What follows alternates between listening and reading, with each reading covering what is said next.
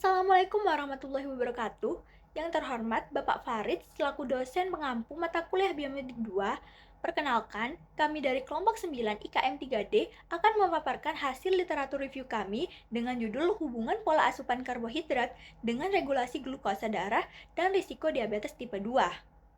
Selanjutnya, izinkan saya memperkenalkan anggota kelompok kami. Yang pertama ada Eka Nur Azizah dengan NIM 1912410058.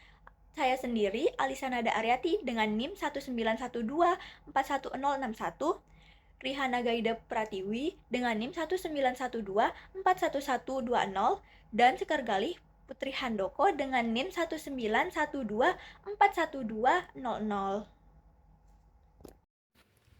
Oke, selanjutnya saya akan menjelaskan pendahuluan terlebih dahulu. Jadi diabetes mellitus tipe 2 ini adalah penyakit tidak menular yang terus meningkat secara global dan menjadi masalah serius karena dapat menimbulkan komplikasi seperti penyakit jantung, gagal ginjal, dan gangguan saraf. Nah, peningkatannya ini sangat berkaitan dengan pola hidup modern, termasuk kurangnya aktivitas fisik seperti tingginya konsumsi karbohidrat sederhana seperti nasi putih dan minuman manis. Nah, karbohidrat sederhana ini dapat meningkatkan kadar glukosa darah dengan cepat dan menurunkan sensitivitas insulin. Sedangkan karbohidrat kompleks seperti biji-bijian utuh, sayuran berserat, dan pati resistor ini justru membantu menstabilkan gula darah dan menurunkan HbA1c. Berbagai penelitian juga menunjukkan bahwa pola makan rendah karbohidrat ini dapat memperbaiki kontrol glukosa dan membantu menurunkan berat badan. Baik, yang selanjutnya yaitu kata kunci. Nah, kata kuncinya sendiri itu ditentukan berdasarkan konsep utama dari pertanyaan penelitian.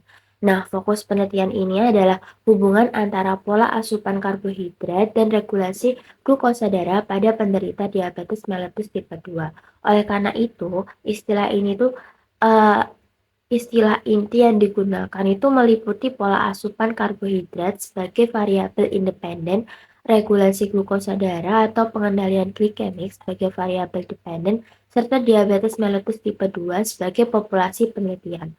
Selain itu, ditambahkan kata kunci pendukung seperti diet rendah karbohidrat karena sering muncul dalam literatur terkait pengelolaan glukosa darah. Nah, pemilihan kata kunci ini itu mengikuti istilah yang umum digunakan dalam jurnal internasional agar proses pencarian literatur lebih terarah dan relevan. Selanjutnya yaitu jenis literatur yang dibaca. Nah, jadi jenis literatur yang digunakan dalam penelitian ini tuh berasal dari artikel jurnal internasional bereputasi yang diterbitkan pada rentang tahun 2020 sampai 2025. Nah, mayoritas literatur itu merupakan penelitian primer dan artikel review yang membahas pola konsumsi karbohidrat dan pengendalian glukosa pada penderita diabetes mellitus tipe 2. Cakupan topik dalam literatur tersebut itu meliputi indeks glikemik, resistensi insulin, karbohidrat kompleks, serta diet rendah karbohidrat. Semua sumber dipilih karena relevan, mutakhir, dan berbasis bukti ilmiah, sehingga dapat mendukung analisis hubungan antara jenis karbohidrat dan regulasi glukosa darah. Selanjutnya yaitu tesis atau problem statement. Jadi peningkatan kasus diabetes mellitus tipe 2 ini tuh menunjukkan bahwa pola makan, terutama konsumsi karbohidrat sederhana, memiliki pengaruh besar terhadap kondisi ini. Berbagai penelitian membuktikan bahwa jenis dan kualitas karbohidrat itu dapat mempengaruhi sensitivitas insulin serta kadar glukosa darah. Namun, temuan ilmiah terkait hal ini tuh masih menunjukkan ketidakkonsistenan. Beberapa studi menyatakan bahwa diet rendah karbohidrat itu efektif menurunkan HbA1c. Sementara penelitian lain menekankan bahwa efek tersebut hanya bersifat sementara atau sangat bergantung pada jenis karbohidrat yang dikonsumsi. Nah, ketidaksesuaian hasil penelitian tersebut itu menimbulkan pertanyaan mengenai sejauh mana jenis dan proporsi karbohidrat berperan dalam mengendalikan glukosa darah pada penderita diabetes mellitus tipe 2. Oleh karena itu, diperlukan kajian literatur mendalam untuk memahami hubungan pola konsumsi karbohidrat dengan regulasi glukosa darah berdasarkan bukti ilmiah terbaru. Baik, selanjutnya yaitu latar belakang dari penelitian ini. Nah, karena banyaknya peningkatan kasus diabetes mellitus tipe 2 ini tuh dipengaruhi oleh gaya hidup modern, khususnya pola makan yang tinggi karbohidrat dan rendah serat. Nah, konsumsi karbohidrat sederhana itu tuh kan dapat memicu gangguan regulasi glukosa darah dan meningkatkan resiko resistensi insulin. Nah, sedangkan karbohidrat kompleks serta asupan serat itu kan berperan dalam menstabilkan gula darah dan meningkatkan sensitivitas insulin.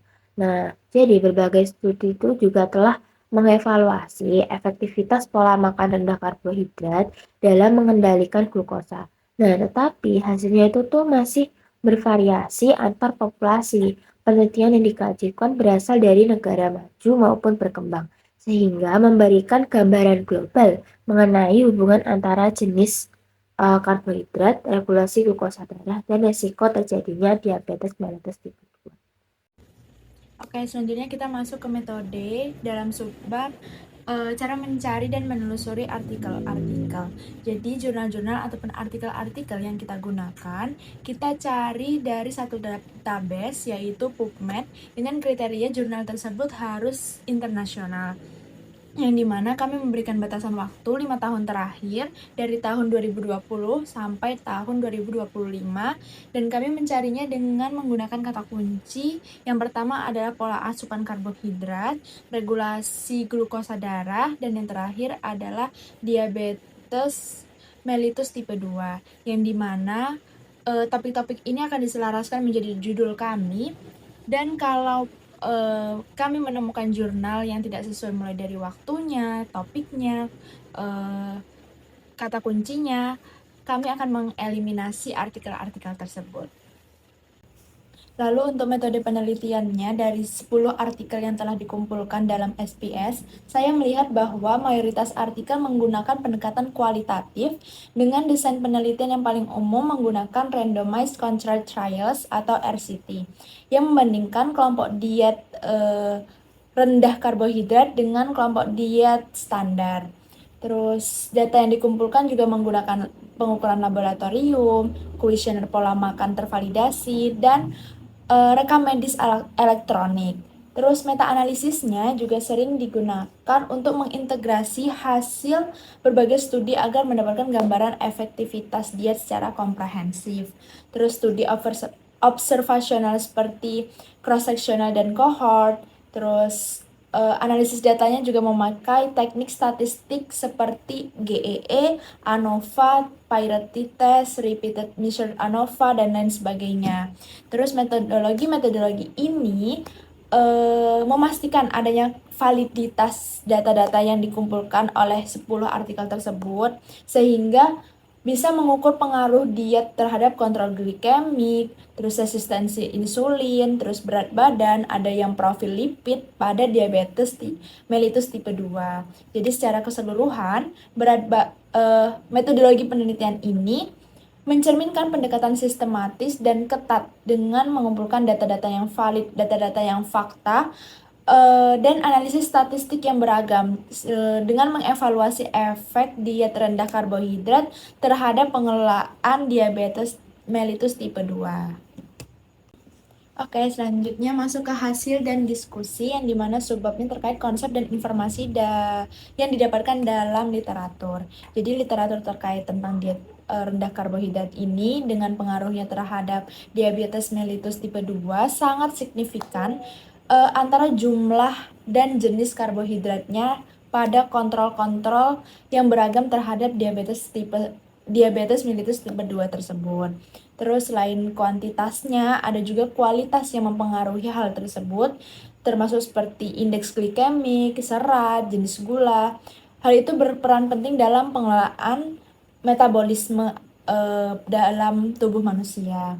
Terus faktor risiko seperti kelebihan berat badan, terus obesitas, terus kepatuhan diet dan aktivitas fisik juga memengaruhi hasil intervensi antara hubungan diet rendah karbohidrat tersebut terhadap pengelolaan diabetes mellitus tipe 2. Terus di sini juga terkait konsep-konsep saling berkaitan, terus antara jumlah dan kualitas, terus Literatur juga menekankan bahwa pentingnya pengaturan asupan karbohidrat yang tepat dan pendekatan diet yang disesuaikan dengan personal seseorang untuk mencapai hasil yang maksimal, hasil yang optimal dalam pengelolaan diabetes mellitus tipe 2. Nah, penyajian dan interpretasi datanya menggunakan beberapa macam, seperti ada yang menggunakan tabel, ada yang menggunakan grafik, ada yang menggunakan plot yang untuk menyajikan data-data secara optimal, secara jelas, menampilkan perbandingan variabel sebelum dan sesudah intervensi diet rendah karbohidrat. Terus analisis data juga dilakukan dengan metode statistik seperti uji T berpasangan, ANOVA, dan meta-analisis yang dengan fokus statistik dan perubahan variabel utama. Beberapa penulis juga menyoroti terkait implikasi klinisnya sekaligus keterbatasan studi, sehingga hasil yang disajikan agar bisa dipahami oleh pembacanya secara menyeluruh dan konseptual dalam pengelolaan diabetes mellitus tipe 2. Selanjutnya, pembahasan. Yang pertama, inkonsistensi penelitian. Meskipun sebagian besar penelitian menunjukkan bahwa pembatasan karbohidrat dapat meningkatkan kontrol glikemik, hasil-hasil studi di lapangan masih belum sepenuhnya konsisten. Beberapa penelitian seperti Lan et al. 2025 dan Denning et al. 2023 menemukan penurunan yang signifikan pada kadar hemoglobin terglikasi dan resistensi insulin setelah intervensi diet rendah karbohidrat.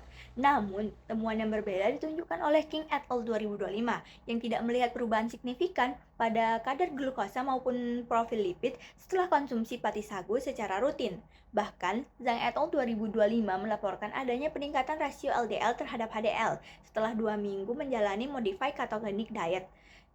Dari sisi populasi, Yagesi et al. 2023 menemukan bahwa hubungan antara asupan karbohidrat dan risiko diabetes hanya signifikan pada populasi Asia yang tidak terlihat pada populasi non-Asia. Di sisi lain, Whitley et al. 2021 menekankan bahwa kualitas karbohidrat mungkin memiliki dampak metabolik yang lebih besar dibandingkan jumlah totalnya. Secara keseluruhan, inkonsistensi ini menunjukkan adanya perbedaan desain penelitian, durasi intervensi, serta faktor fisiologis dan kebiasaan diet antar populasi yang perlu diperhatikan dalam interpretasi hasil dan perumusan strategi diet ke depannya. Yang kedua, kita akan membahas arah penelitian selanjutnya. Berdasarkan hasil telaah terhadap 10 artikel yang dianalisis, penelitian selanjutnya perlu diarahkan untuk memperkuat bukti kausalitas dan mengatasi heterogenitas temuan terkait hubungan pola asupan karbohidrat, regulasi glukosa darah, dan risiko diabetes tipe 2. Penelitian randomized control trial jangka panjang sangat dibutuhkan untuk menilai apakah efek diet rendah karbohidrat benar-benar berkelanjutan terhadap kontrol glikemik maupun profil lipid. Selain itu, pendekatan nutrisi yang lebih personal juga penting dikembangkan dengan mempertimbangkan faktor genetik, mikrobiota usus, dan kapasitas sekresi insulin guna memahami mengapa respon individu sangat bervariasi. Penelitian mendatang juga sebaiknya memberikan fokus yang lebih besar pada kualitas dibandingkan kuantitas, serta memadukannya dengan intervensi digital berbasis edukasi untuk meningkatkan kepatuhan diet. Dengan pendekatan yang lebih komprehensif ini, diharapkan panduan nutrisi ke depan dapat menjadi lebih adaptif, efektif, dan benar-benar berbasis bukti ilmiah. Kesimpulannya, pola asupan karbohidrat ini terbukti memiliki hubungan yang kuat dengan regulasi glukosa darah dan risiko diabetes tipe 2. Secara umum, kualitas karbohidrat ini tuh lebih berpengaruh jika dibandingkan dengan kuantitasnya, di mana konsumsi karbohidrat sederhana seperti nasi putih ini cenderung meningkatkan kadar glukosa dan memperburuk kontrol HbA1c. Sedangkan karbohidrat kompleks seperti biji-bijian dan sayuran dapat meningkatkan sensitivitas insulin dan menjaga kestabilan glikemik. Nah, beberapa penelitian ini juga menunjukkan inkonsistensi, di mana ini tuh disebabkan karena perbedaan durasi, karakteristik peserta, serta kepatuhan diet. Nah, diet rendah karbohidrat ini tuh terbukti efektif untuk mengontrol gula darah dan berat badan, tetapi tetap perlu disesuaikan secara personal agar tidak menimbulkan efek samping seperti kenaikan kolesterol. Selanjutnya, saran dari kelompok kami yang pertama itu adalah untuk melakukan penelitian dengan durasi yang lebih panjang dan dengan pendekatan personalized nutrition. yaitu faktor genetik, kondisi kesehatan, dan pola makan. Yang kedua ada tingkatkan edukasi masyarakat untuk memilih karbohidrat berkualitas, bukan hanya membatasi jumlahnya. Dan yang terakhir adalah memanfaatkan teknologi digital dan biomarker untuk memantau dan meningkatkan efektivitas pengendalian diabetes mellitus tipe 2. Sekian dari kami, kelompok 9 IKM 3D. Terima kasih atas perhatiannya.